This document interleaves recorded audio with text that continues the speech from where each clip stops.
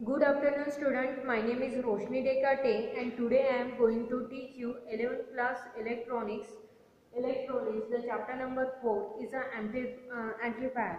So previous lecture we will discuss in the previous lecture collector to base bias circuit. So in this lecture we will discuss fix bias with emitter register, A omit है सो ए मैं आपको नहीं पढ़ाऊंगी। उसके बाद है voltage divider bias. सो आज हम क्या पढ़ेंगे? आज हम पढ़ेंगे वोल्टेज डिवाइडर बायस। ओके, सो इस वोल्टेज डिवाइडर में हमने क्या यूज किया है? हमने 4 रेजिस्टर यूज किए, resistor RC, resistor RE and resistor R1 and R2। So voltage divider में रेजिस्टेंस R1 एंड R2 क्यों यूज किए?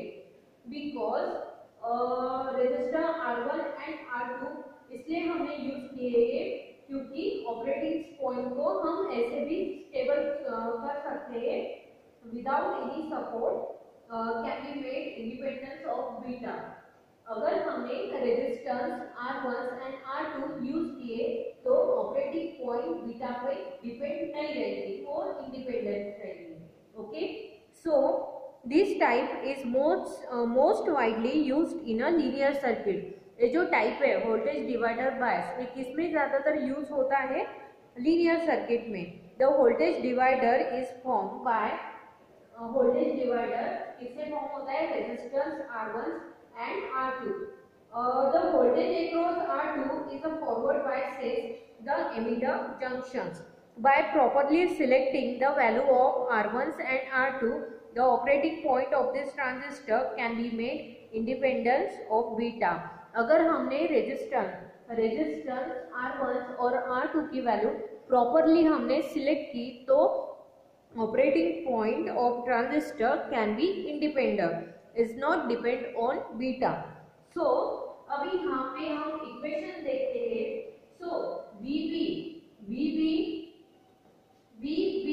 so हम कौन सा इक्वेशन यूज करेंगे? VR2 is equal to इस रेजिस्टर R2 की वैल्यू हम यूज कर रहे हैं R2 divide by R1 plus R2 multiply VCC। So VR2 means क्या होता है?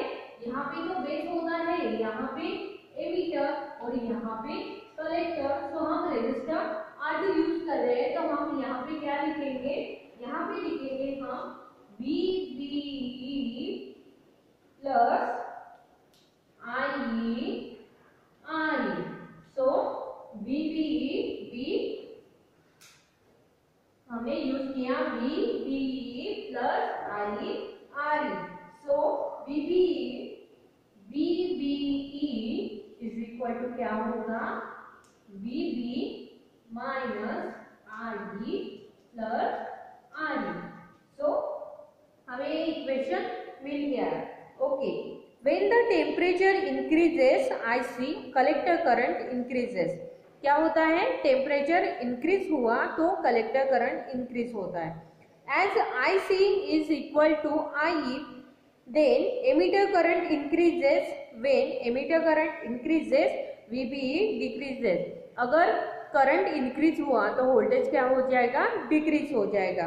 This causes decrease in the collector currents and thus operating point remains stable. So यहाँ पे देखते हैं हम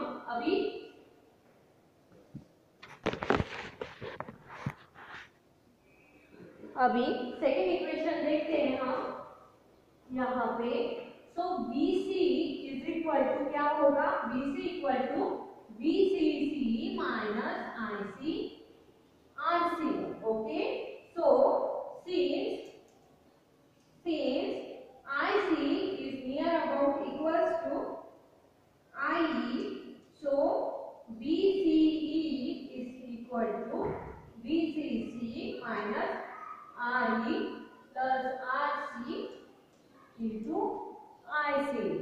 सो हमारा इक्वेशन क्या है अभी? सो VC is equal to VCC minus RE plus RC into IC। So this is the equation of voltage divider bias। So अभी हम देखेंगे In these equations, beta is not present. Therefore, if the transistor is replaced by the another transistor having different value of beta, the operating point is not affected. इसमें हमने दोनों resistor का use किया है, resistor R1 और R2 का। अगर हमने प्रॉपरली यूज किया तो हमने प्रॉपरली उसकी वैल्यू को अगर सिलेक्ट की तो हमारा जो ऑपरेटिंग पॉइंट है वो क्या रहेगा, स्टेबल रहेगा। अगर हमारे पास बीटा की वैल्यू नहीं प्रेजेंट है और हमने दूसरा ट्रांजिस्टर यूज किया तब भी बीटा की वैल्यू मतलब ऑपरेटिंग पॉइंट पे कोई इफेक्ट नहीं पड़ेगा।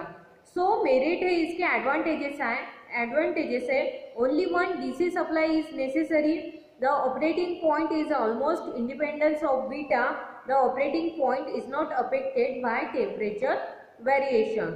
और demerits है AC feedback is provided by resistor RE which reduces the voltage gain and this can be avoided by connecting collector emitter currents in parallel with RE।